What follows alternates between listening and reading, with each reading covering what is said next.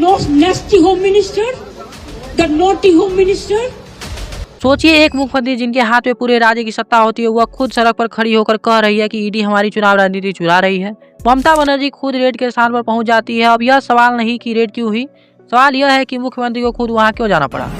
दोस्तों, आप सभी का स्वागत है आपके अपने चैनल न्यूज YT पर। आज हम इस मुद्दे पर बात करेंगे। उससे पहले आप लोग चैनल को सब्सक्राइब कर ले ऐसे ही वीडियो देखने के लिए। तो चलिए आज की वीडियो को शुरू करते हैं। सबसे पहले यह जान लेते हैं कि रेड किस बात पर हुई। ईडी का दावा है कि मामला कोयला खनन से जुड़ा है। एजेंसी के मुताबिक कोयले के अवैध परिवहन और सप्लाई से जैसे पैसा कमाया गया, वह अलग अलग लोगों को कंपनियों के जरिए घुमाकर सिस्टम में डाला गया। सरल शब्दों में ईडी कह रही है कि कोयला कारोबार से कमाया गया पैसा छिपाकर कानूनी दिखाया जा रहा है और उसी पैसों की ट्रेल उसकी जाँच का मुख्य बिंदु है। इसी जाँच के दौरान ईडी ने कुछ जगह पर रेड की, यहाँ तक कि सब कुछ कानूनी प्रक्रिया जैसा लग रहा है। लेकिन फिर कहानी में राजनीति एंट्री होती है। अब आता है असली ड्रामा। जैसे ही ममता बनर्जी को पता चलता है कि उनके पार्टी से जुड़े लोग और राजनीतिक कांस्टेंट के यहाँ रेड हो रही है, वह खुद पुलिस अधिकारियों के साथ वहाँ पहुँचती है।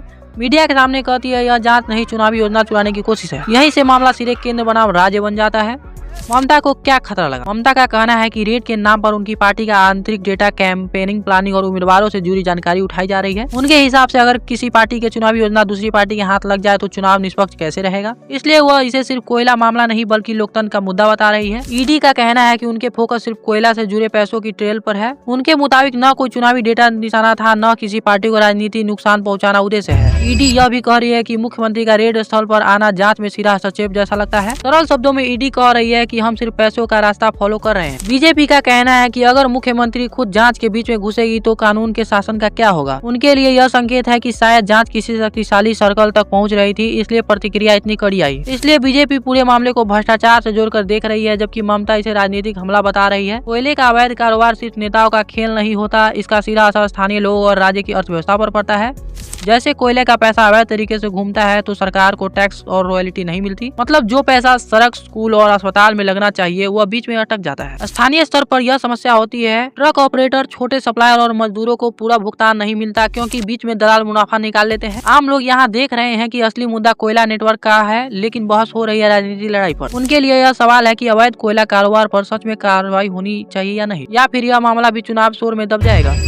Nasty home minister, the naughty home minister.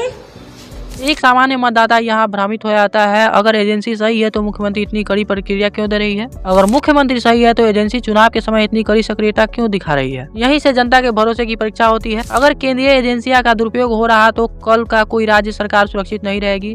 और अगर शक्तिशाली नेता जांच के दबाव को हटा रहे हैं तो अवैध कोयले जैसे कारोबार कब रुके? दोनों ही हालात में नुकसान आम लोगों का ही होता है। या तो सिस्टम पर भरोसा गिरता है या अवैध नेटवर्क और मजबूत हो जाता है। चुनाव का फैक्टर सब कुछ बदल देता है। पश्चिम बंगाल में चुनाव पास आ रहे हैं, इसलिए हर कार्रवाई को राजनीति नजरिए से देखा जा रहा है। ममता इसे पीड़ित की कहानी बता रही है, बीजेपी इसे एक्सपोज की कहानी कह रही है। दोनों अपनी अपनी राजनीति खेल रहे हैं, लेकिन कोयला का असली मुद्दा वही का वही है। तो अब सीधा सवाल आपसे, क्या ममता बनर्जी लोकतंत्र की रक्षा कर रही है या फिर यह सत्ता का इस्तेमाल करके कोयला जांच से दबाव हटाने की कोशिश कर रही है? और क्या केंद्रीय एजेंसियां बिना राजनीतिक दबाव के अवैध कोयले जैसे मामलों को अंत तक ले जा पाएगी, या फिर चुनाव के बाद यह सब ठंडा पड़ जाएगा? कमेंट में अपना ओपिनियन लिखना न भूले। वीडियो को लाइक करे और चैनल को सब्सक्राइब करे। मिलते हैं नेक्स्ट वीडियो में।